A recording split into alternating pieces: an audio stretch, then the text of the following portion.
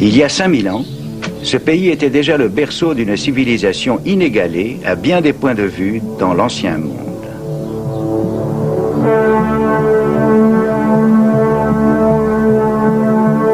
Ici commence l'histoire, avec l'Égypte des pharaons dans cette région d'Afrique qui était un don du fleuve Nil. Dans ces dédales gigantesques et cependant harmonieusement proportionnés, il devient facile d'imaginer que l'on est entré dans un monde construit par les dieux. L'Égypte des pharaons fut la plus grande, la plus ancienne, la plus inventive de toutes les grandes civilisations de l'Antiquité, et elle a prospéré pendant 3 millénaires. C'est un modèle, un exemple pour les autres peuples, proches ou lointains.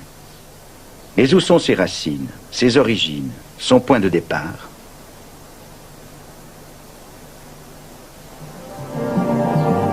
Ici se sont succédés, dynastie après dynastie, les rois ayant porté à la fois la couronne de la Haute-Égypte et celle du Delta. Ces rois, qu'avaient-ils de commun avec l'Afrique?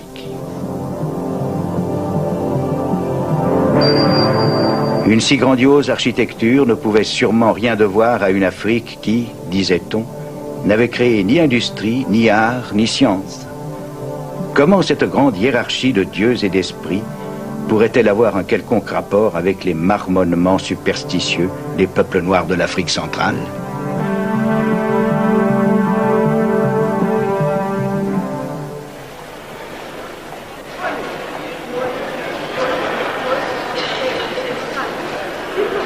Émerveillé par les trésors du musée du Caire, on est enclin à penser à l'Égypte des pharaons comme à une civilisation en soi, ne devant rien ou presque rien aux influences extérieures de quelque origine que ce soit, comme à une civilisation entièrement originale. En écoutant le guide, la plupart des visiteurs doivent penser que cette statue, celle du jeune roi Toutankhamon, peut bien être devenue noire au cours des siècles, mais qu'en aucun cas elle ne pourrait avoir été à l'origine la statue d'un noir. Cette idée se développe de plus en plus à présent, notamment chez les historiens et archéologues africains. L'un des spécialistes les plus reconnus est le professeur Cheikh Anta Diop du Sénégal. Contemporain des Égyptiens et même des philosophes du 19e siècle, voici dans le tombeau de Ramsès III, au XIIe siècle avant Jésus-Christ, les 4 races connues des Égyptiens représentées sur le même plan. Ici, vous avez l'Égyptien, le type générique de la race.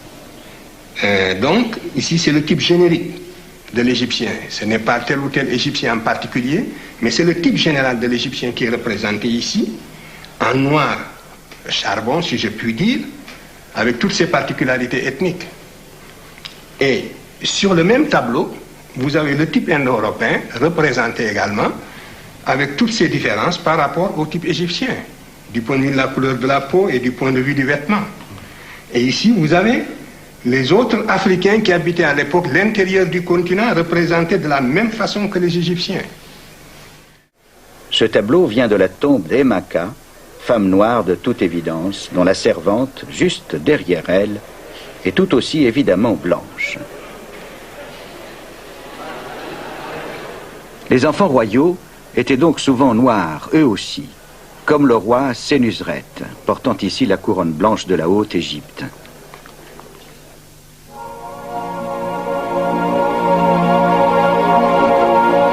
L'île éléphantine, sur le Nil, délimitait la frontière entre l'Égypte et la Nubie. C'était un lieu saint autrefois.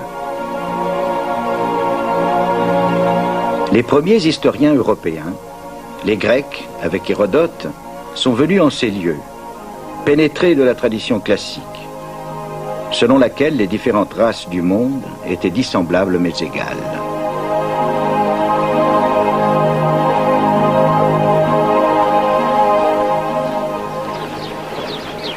Les Grecs connaissaient bien l'Égypte et étaient persuadés que les Égyptiens d'origine étaient des Noirs du Sud venus s'installer sur les rives du Nil. Hérodote, quant à lui, n'est jamais allé plus au sud, arrêté par la première cataracte.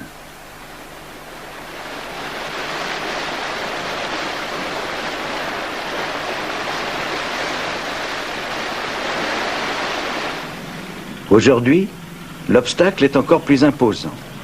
La construction au XXe siècle de 2 grands barrages sur le Nil a non seulement inondé des temples, comme celui de l'île de Philae, mais aussi la terre historique de Nubie sur plus de 300 kilomètres.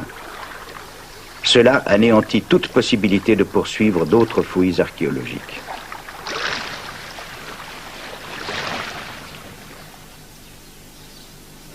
Le temple grandiose d'Abou Simbel fut soustrait à temps et avec maestria à la montée des eaux, puis reconstruit à l'abri et à proximité. Mais ce ne fut pas tout.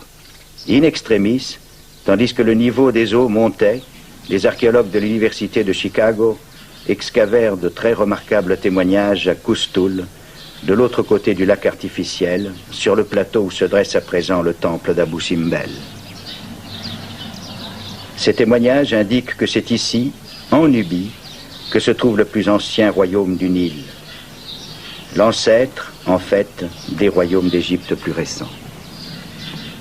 Cet immense monument dédié à Ramsès II, construit probablement il y a plus de 3000 ans, est relativement moderne.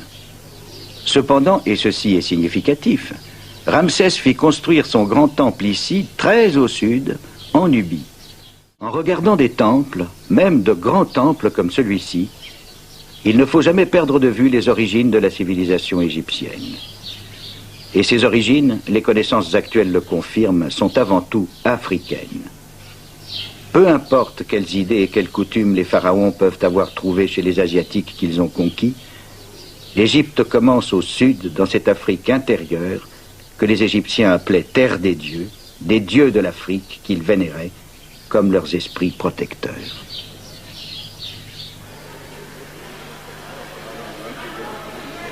Puis, les conquêtes égyptiennes cessèrent. 4 siècles plus tard, ce fut au tour des rois de Nubie, en marche vers le nord, de soumettre le pouvoir égyptien.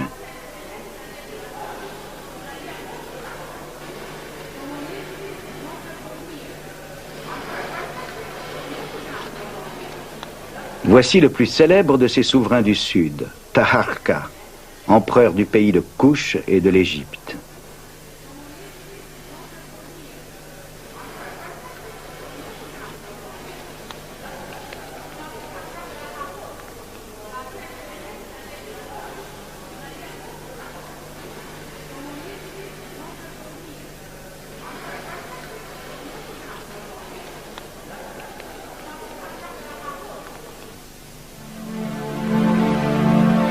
Vers 650 avant Jésus-Christ, les rois nubiens qui avaient soumis l'Égypte allaient se retirer vers le sud, à Napata, puis vers la nouvelle capitale de leur royaume Kouch, Méroé.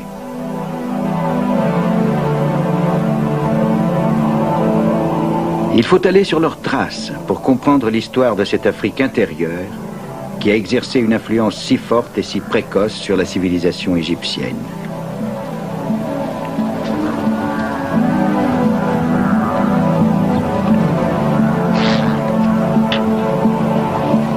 La cité de Méroé se trouvait à 1500 km au sud de l'ancienne frontière, en plein cœur de l'Afrique.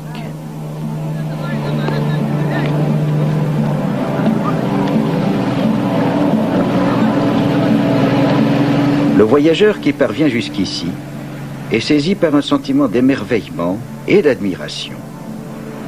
Dans ce désert sans pitié, comme découpé dans la montagne, se dresse l'une des plus surprenantes découvertes de l'histoire de l'Afrique.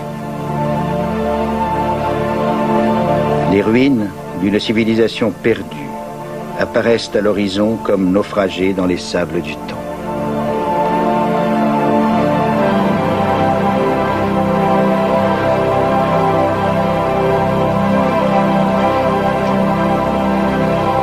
Ces pyramides sont les sépultures des rois et des reines de Méroé, dont le règne se perpétua pendant plus de 6 siècles. Longtemps dévastées par les voleurs de tombes et par le temps, les pyramides sont maintenant restaurées et même reconstruites.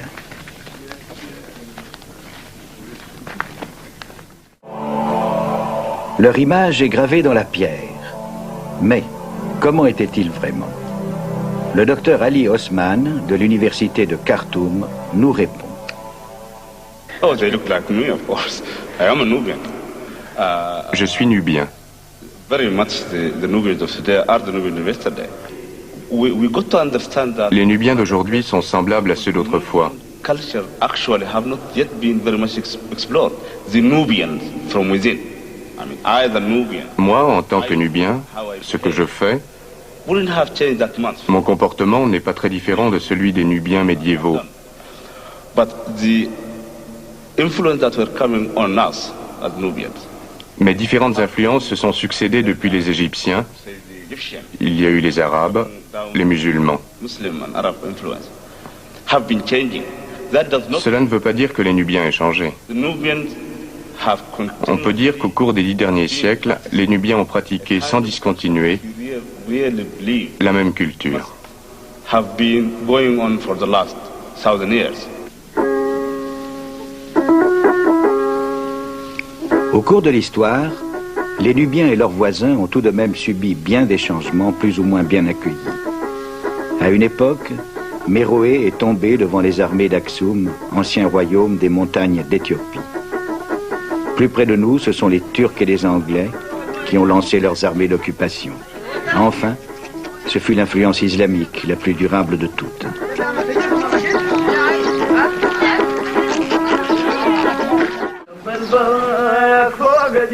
Ils construisent aujourd'hui, avec les techniques d'hier, tout comme les habitants de Méroé le faisaient, selon un rythme de travail qui ménage les efforts. Les murs de torchis défient la chaleur écrasante de l'été nubien.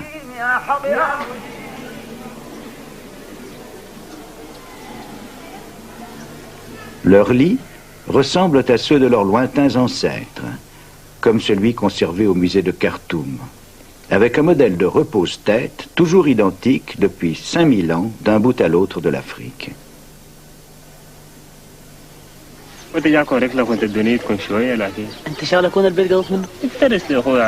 Les scarifications de ces visages, signes d'appartenance au clan, figuraient déjà sur le bas-relief d'une pyramide avoisinante.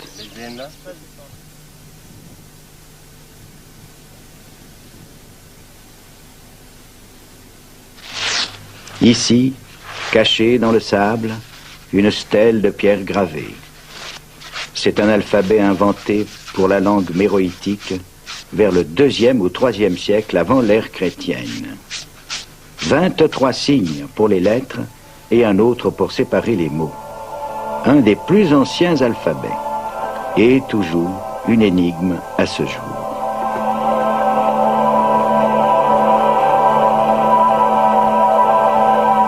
Dans les riches maisons qui entourent le temple, on peut imaginer le confort et les plaisirs de la vie méroïtique. On ne trouve nulle part ailleurs dans la vallée du Nil des poteries de ce style, spécifiquement nubien.